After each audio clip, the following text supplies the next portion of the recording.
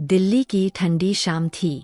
सड़कों पर गाड़ियां दौड़ रही थीं, लोग अपने अपने काम में व्यस्त थे। लेकिन आर्या की नज़र बस एक चेहरे पर टिकी थी, अर्जुन। कभी यह चेहरा उसकी मुस्कुराहट की वजह हुआ करता था, और आज वही चेहरा उसकी सबसे बड़ी कसक। दोनों की कहानी 5 साल पहले शुरू हुई थी। कॉलेज के पहले दिन ही आर्या की मुलाकात अर्जुन से हुई थी। अर्जुन थोड़ा अलग था, शांत, समझदार और जमीन से जुड़ा हुआ। आर्या, जो हमेशा भीड़ में सबसे आगे रहती थी, पहली बार किसी के सामने खुद को छोटी महसूस कर रही थी। धीरे धीरे दोनों की बातें बढ़ी। कॉलेज के कैफे में चाय, लाइब्रेरी की खामोशी और पार्क की वो शामें सब उनके रिश्ते का हिस्सा बन गए। अर्जुन उसे अक्सर कहता, आर्या, जब तुम बोलती हो ना, तो मेरे अंदर का शोर शांत हो जाता है। और आर्या हंसकर जवाब देती, तो फिर हमेशा मेरे पास रहना, ताकि तुम्हारा शोर कभी लौटे नहीं।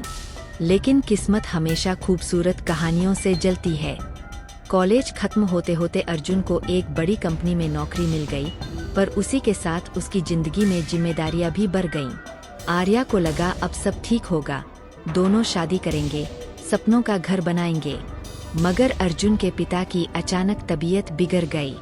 इलाज में बहुत पैसे लगने थे और घर की हालत पहले से ही कमजोर थी। अर्जुन ने सब बेचकर अपने पिता का इलाज करवाया।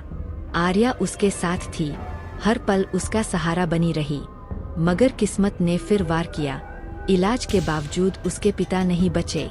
अर्जुन टूट गया, अंदर से बिखर गया। एक दिन उसने आर्या से कहा, आर्या, मैं अब किसी को कुछ नहीं दे सकता, ना प्यार, ना वक्त। मैं बस जिम्मेदारियों के नीचे दबा हूँ। आर्या ने उसका हाथ पकड़ा। प्यार देने की चीज नहीं, महसूस करने की होती है। मैं तुम्हारे साथ हूँ। मगर अर्जुन दूर चला गया। वो किसी को बोझ नहीं बनाना चाहता था, खासकर आर्या को नहीं। वो बिना बताए शहर छोड़ गया।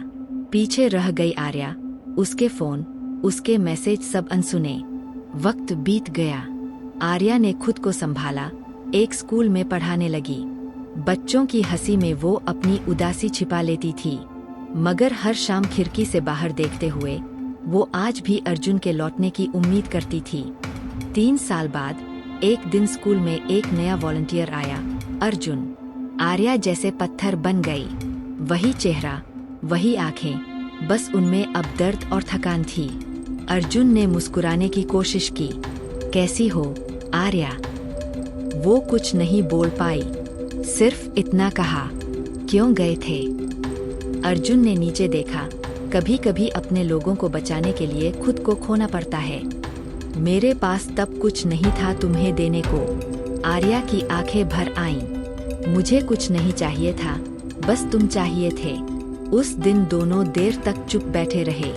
बाहर बारिश हो रही थी, जैसे आसमान भी उनके दर्द को महसूस कर रहा हो। अर्जुन ने कहा, मैं अब लौट आया हूँ, पर शायद बहुत देर हो गई। आर्या ने मुस्कुराकर जवाब दिया, प्यार को वक्त नहीं मापा जाता अर्जुन, बस अब जुदाई नहीं। दोनों ने फिर साथ चलने का फैसला किया। लेकिन किस्मत ने एक आखिरी चाल चली। अर्जुन की सेहत कुछ दिनों से ठीक नहीं थी। उसे दिल की बीमारी थी, जो अब आखिरी स्टेज पर थी। डॉक्टर ने कहा था, अब ज्यादा वक्त नहीं है। आर्या को जब पता चला, वो टूट गई। तुमने बताया क्यों नहीं? अर्जुन ने शांत होकर कहा, मैं चाहता था कि जब मिलूं, तो तुम्हारी यादों में मैं जिंदा रहूं, न कि तुम्हारे सामने मरता हुआ। कुछ दिनों बाद बारिश वाली शाम में अर्जुन ने आर्या का हाथ थामा और कहा, अगर मुझसे कोई गलती हुई हो तो माफ करना। मैं तुम्हारे साथ रहकर भी तुमसे दूर था। आर्या की आंखों से आंसू गिरे। तुम कहीं नहीं जा रहे। मैं तुम्हें हर धड़कन में महसूस करूंगी।